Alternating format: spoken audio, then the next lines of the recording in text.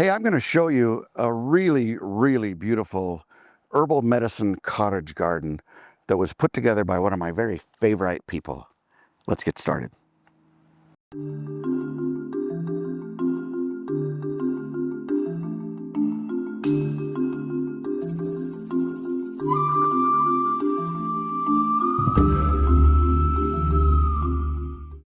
So I'm Dr. Patrick Jones from the Homegrown Herbalist School of Botanical Medicine, and this is Carolyn Thomas, and she's a student of mine in the school, but I'm also a student of hers.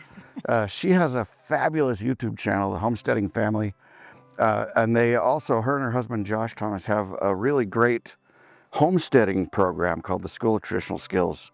And if you haven't dug into both of those, you're crazy. Go see their YouTube channel, The Homesteading Family, and the School of Traditional Skills, both really, really remarkable resources. You guys are doing a tremendous job. Thank you.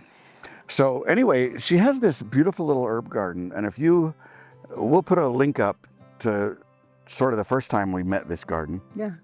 But I want to see how it's going. Yeah. What are you loving about it? What's driving you crazy about it? You know, what new exciting plants do you have? So There's some of both. There's a lot I love about it. There's a few things that are driving me crazy that I'm solving and trying to figure out. But I think more than anything, it is a testament to the fact that you do not need a farm to grow a lot of herbs for your family. That's absolutely true. I mean, how many square feet do we even have here? I don't know. That's a good question. Yeah.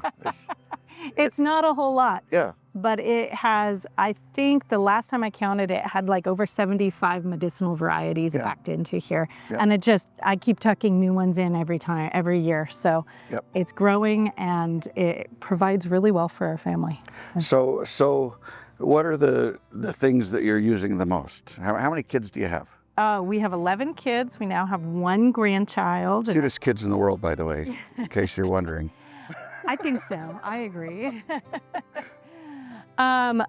Let's see, what are the things that I'm using? You know, the things that I always find that I use the most are kind of the basics. Calendula, peppermint, maybe yarrow, plantain. Plantain has got to just shoot to the top of everybody's list when you have kids and yards. The combination of the two means you need some plantain on hand, and luckily it just grows wild here, so like most places. So those are probably the things that I'm like always reaching for. Oh, my apothecary roses. I use those all the time. Unfortunately, they're only in season for about 2 weeks. So I pick every single one of those and dehydrate them for the rest of the season. But that's one of my favorites too.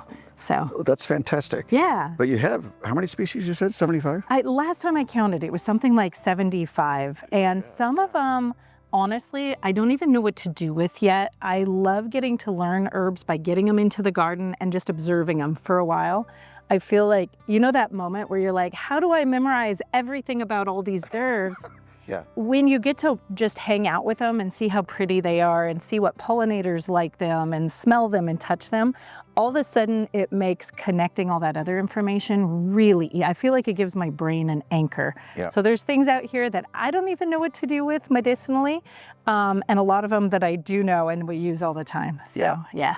Well, and that's really a super important point, is one of the best ways to learn about an herb is to have it growing outside your kitchen door, you know, and you see it every day and you love it. And even if it's just ornamental, it's there when you need it. It is. And you may all of a sudden be walking by and get a feeling or impression that you really do need that one, and you go get your book and see what the heck that's for, and holy cow, I did need that, you know.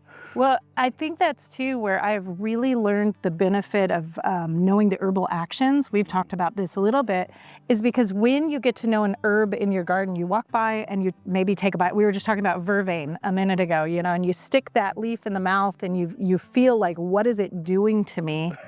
And you immediately go, oh, wow, that is so bitter. I know it's got to be good for, you know, digestion. It's got to be good for liver. It's got to be good for a couple of things, just because you get to know that, even without knowing more than that. And so if you're brand new to herbalism, I really, really recommend like get a couple herbs growing and get to know them. Absolutely. So, you know, another really valuable thing is some plants like anybody in the parsley family. Yeah. You know, some of their cousins are really deadly poison. Yes. You know, but you know, we've got carrots and parsley and angelica and cow parsnip and all kinds of good things, OSHA.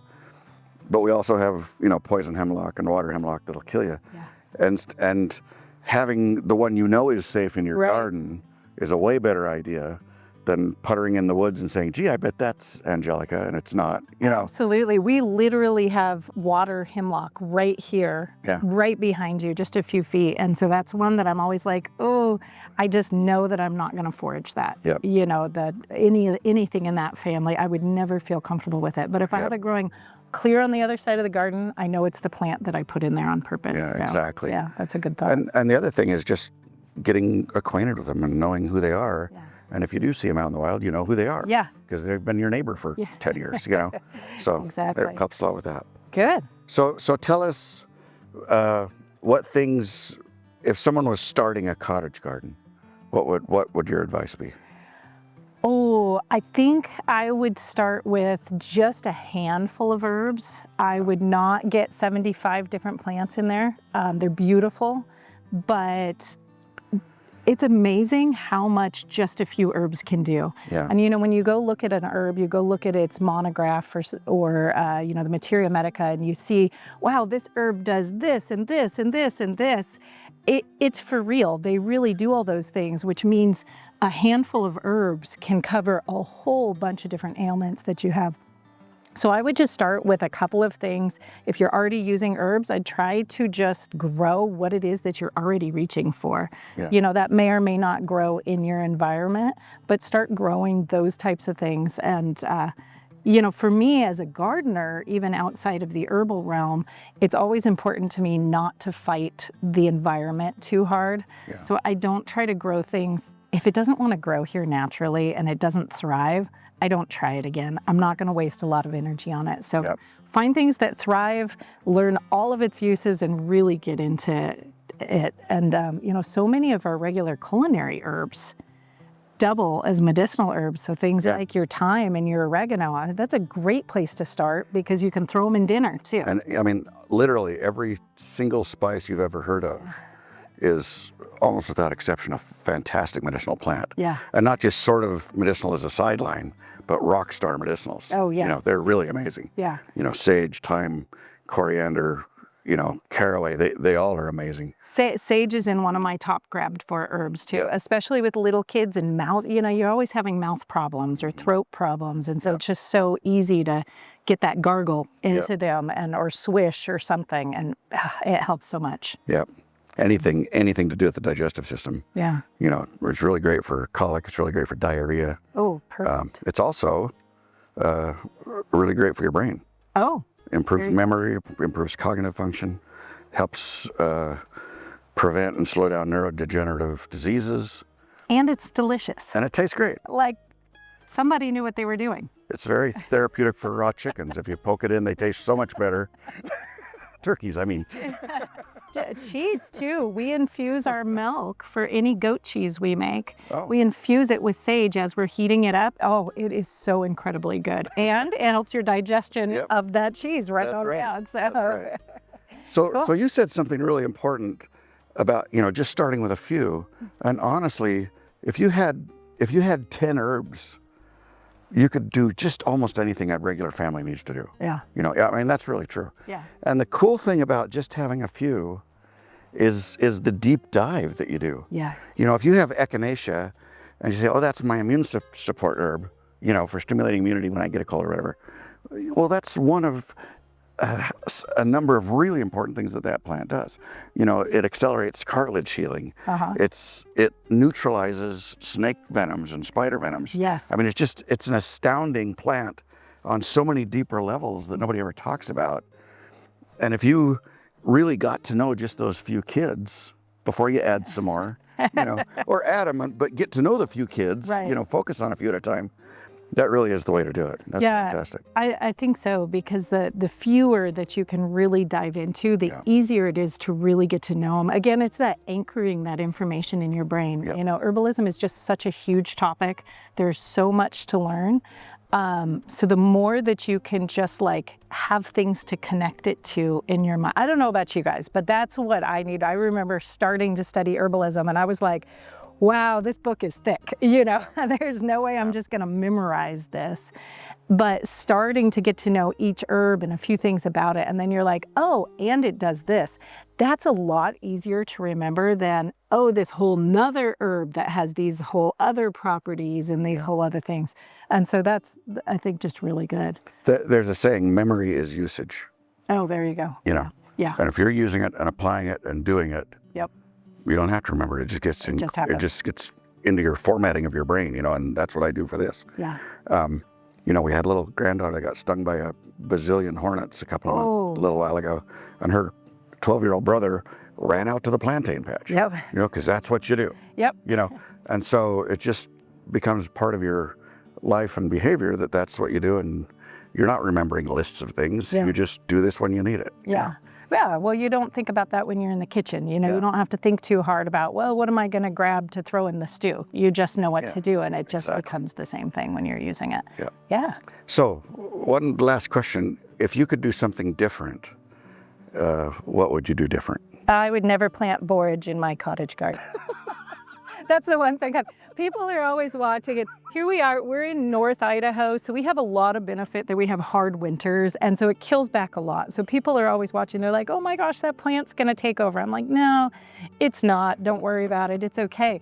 Borage, on the other hand, was very happy. I think if we're lucky this year, you will not see even a little borage plant walking through, but it has literally taken me, I think, 6 years to eradicate it from the space. After 1 year of planting it. Yeah. Borage is a great plant, just plant it out somewhere else. Put it in a pot. That's, you know, I think the biggest takeaway that I have is that when you're starting these herbs, I started most of these from seed. Man, you struggle that first year, just please grow, please live, please grow. And you're babying them and you're struggling. And then next thing you know, year 2, year 3, all of a sudden you're like, oh my goodness, that herb is bigger than I thought it would ever be, and it's crowding out everything else. And now, I mean, we'll literally take wheelbarrows filled of green matter out of here because I'm just chop, chop, chop, chop, chop, and we get it up to the compost pile. So that's one. The other thing that really, really drove me crazy in here was the self-sowing. Right. It got a little out of control for some of the herbs, especially accompanying, and the hollyhocks. I like to use the hollyhocks instead of marshmallow or in place of marshmallow. I think they're prettier and they don't have as much tendency to just spread by root everywhere, but they do set thousands of babies every single year. Yep. And so one lesson that I had to learn really quickly was to mulch heavily and move my annual herbs out into the vegetable beds and treat them more like vegetables, Right. so that that thick mulch would help slow down that self-sowing, and also the weeds that were the annual weeds that would come back. And so it's helping to like keep a little bit of space open and not just have every plant take over everywhere. Yeah. And you learn that sort of by trial and error and experience. That's part of the process. Is realizing. Yeah, it is. Well, and we've been learning that as gardeners for years, but in my mind, I wanted this beautiful cottage garden that had the annuals kind of mixed in with the perennials. And that because of that, I didn't mulch because I like that self-sowing. That's like lazy gardener 101, Yeah, right? exactly. Let the plants plant themselves. The problem is when it came to the weeding, it was not lazy gardening. It was really work intensive. So it was a good time to just move those somewhere else, let them do their thing somewhere else, and just put down a thick layer of mulch. Yeah. Well, that's fantastic. Well, thanks so much, Carolyn. This is just beautiful. And we'll do some B-roll just walking through so you can see how amazing this garden is. But you have created a real treasure here for your family. Thank you. I say great work. Oh, thank you. So I'm Dr. Patrick Jones, and we're with Carolyn Thomas. Thanks for watching.